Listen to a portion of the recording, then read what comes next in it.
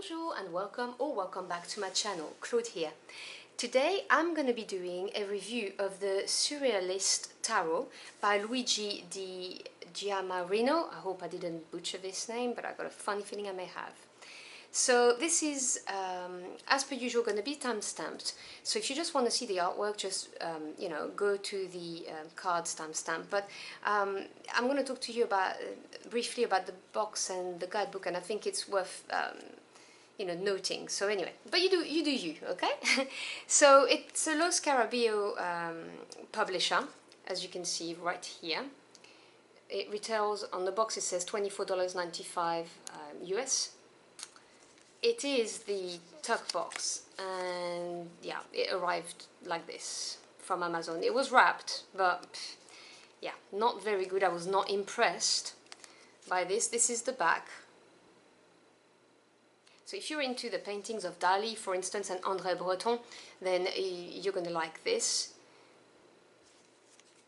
It's very pretty, but the quality of the box is really not that good. So you open it like that, that's the top of the hat, and you have the little white book and the cards. Now I'm going to talk to you about the little white book first, and then I'll move on to the cards. So this is, traditionally what you would get anyway with Lo Scarabeo, that kind of little white book. Nothing special. This deck was apparently printed in March 2021, so a year ago. But I stumbled upon it not so long ago. So when you open it, it tells you that you've got 16 pages basically, from 3 to 19 in English, and then it's different languages as per usual with Lo Scarabeo. So there's a little quote here. In the midst of a foreboding silence, a rattle, a forest, a woman's bust, a strip of sky, a tent, a hand, a mountain, and the mysterious wind picks up and the experience begins. That's Paul Nouget who said this. And then you have a bit about surrealism, and it explains to you what the movement was, basically. And then it moves on to talk to you about the structure of the deck. So it's saying that the Surrealist Tarot deck was designed and produced following the same techniques adopted by the Surrealists, and this is why one may say that this is a deck with a liquid skeleton, where the structure bends to the needs of dreams and poetry.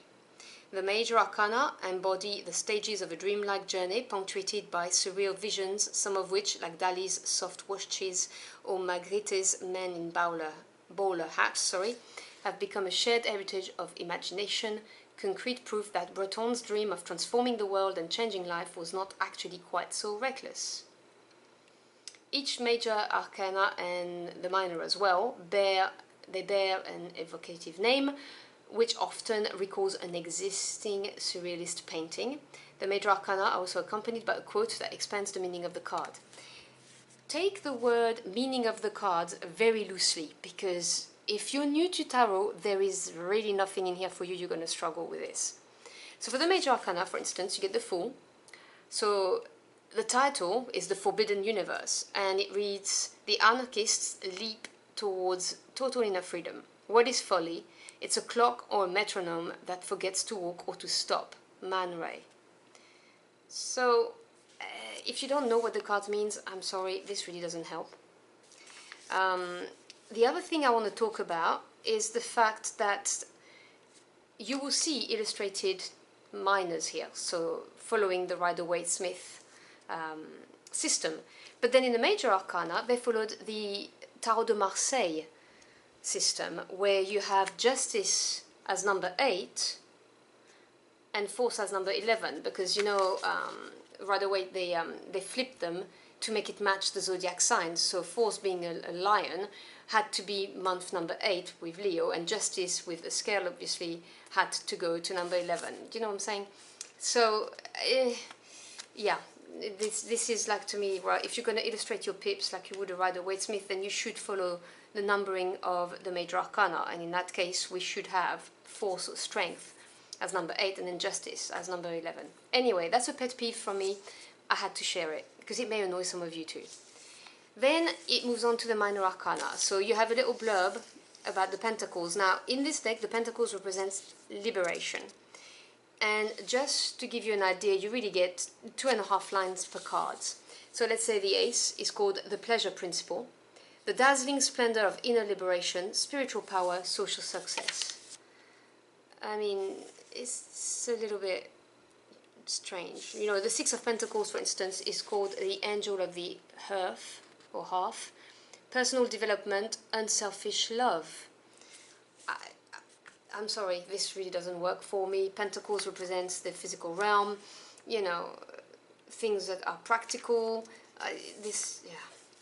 Wands are folly, according to this guidebook. Cups are l'amour fou, which means the crazy love, if you don't understand French.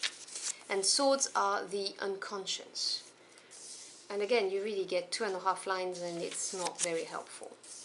Then it tells you, yeah, well, there's a paragraph, 2 paragraphs about how to use this tarot deck, and they're saying, well, because it is without structure, then you shouldn't be reading it in a structured way, really. So they give you a, they suggest a less radical and more traditional divination layout of the cards, which is 8 card thing. And that's it, that's your little white book. Now this put me off before I even looked at the cards, I've got to be honest. But generally speaking, I don't really care about the little white book. I just thought, I'll just, you know, look at the cards and see what I think, because I know I like the artwork. I knew that already. So you get the cards out and can you see there's like room right here. So I thought this is a bit weird. Already the box seemed a bit small, but anyway. So you get your Los Scarabeo standard thing, and then the title page. And you can see that the cards are satiny. Now, they don't seem very good quality, I've got to be honest, compared to, for instance, the Tower of Oppositions, Los Scarabeo, that comes in a 2-part box. I mean, this is just not as good. I don't know how long it's going to withstand my shuffling, and I don't mishandle my card, just so we're clear. I don't even rifle shuffle, I just do hand over hand, but I don't see this surviving the amount of readings I do. Now if you put, you see I've got average size hands and this looks kind of slim, so I wanted to check, you know, with another tarot deck, and I hope you can see this is slimmer and shorter. And let me grab another one. Now this is the Intuitive Night Goddess, and you can clearly see again shorter and slimmer. So for a tarot deck that retails at nearly $25, I was a bit disappointed because I'm not enamored with the quality of the card, and they're smaller. Now bearing in mind this is all about artwork, I wanted at least standard size, if not slightly bigger, you know, to really make the most of the artwork. And let's not even go about this. So I'm going to go through the cards with you, so you can make up your mind about what you think, because the artwork is actually gorgeous, albeit maybe sometimes a little bit too busy. But so there's the Fool, the Magician, the High Priestess, the Empress, the Emperor, the Hierophant. I particularly like this bit of artwork for the Hierophant, the Lovers, the Chariot, Justice. I also really like this, the Hermit, very nice too, the Wheel, which is on the front of the box, Strength, the Hangman, Death, Temperance, the Devil,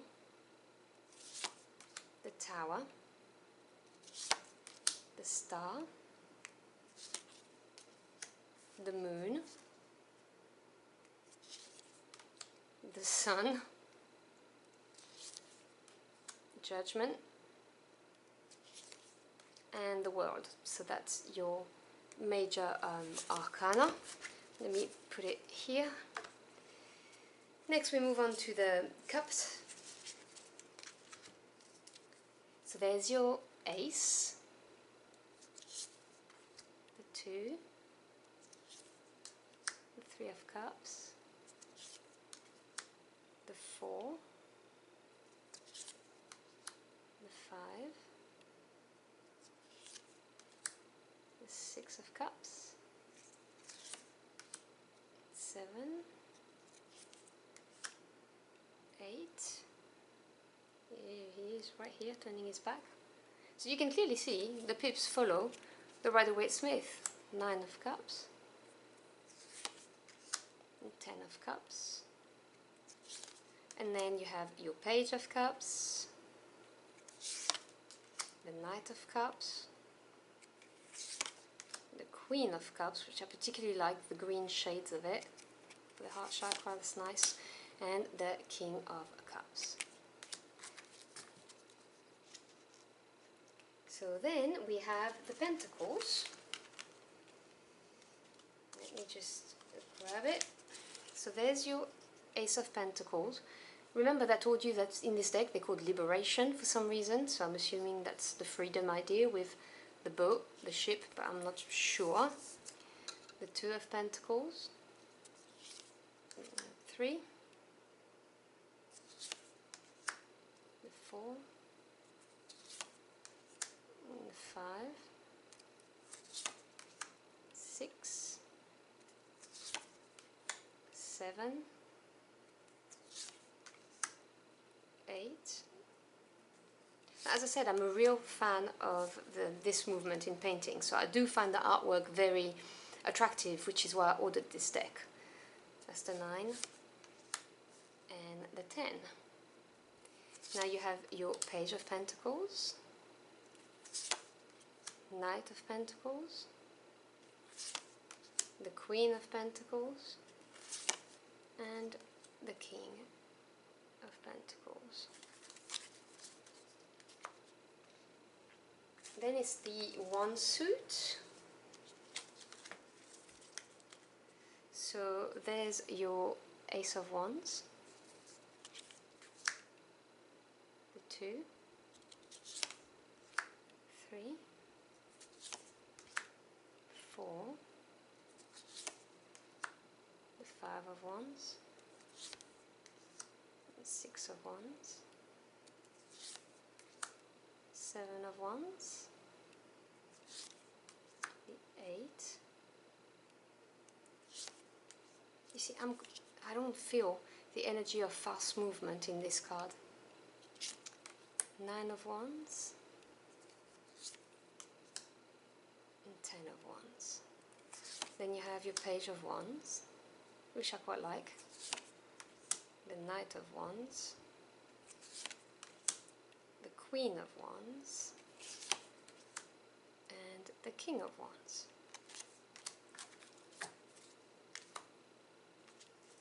And then finally the Sword suit. So you've got the Ace of Swords, 2 of Swords, 3 of Swords. You see, I really like this, and I like the reference here. 4 of Swords, 5 of Swords, 6 of Swords, 7 of Swords, 8 of Swords, 9 of Swords, 10 of Swords, very pretty card if you ask me. And then there's your Page of Swords, the Knight of Swords, the Queen of Swords, which I thought was interesting, and the King of Swords, also interesting. Not used to seeing the King of Swords in a red background. So I like the backs, by the way, because if you read reversals, there's no problem there.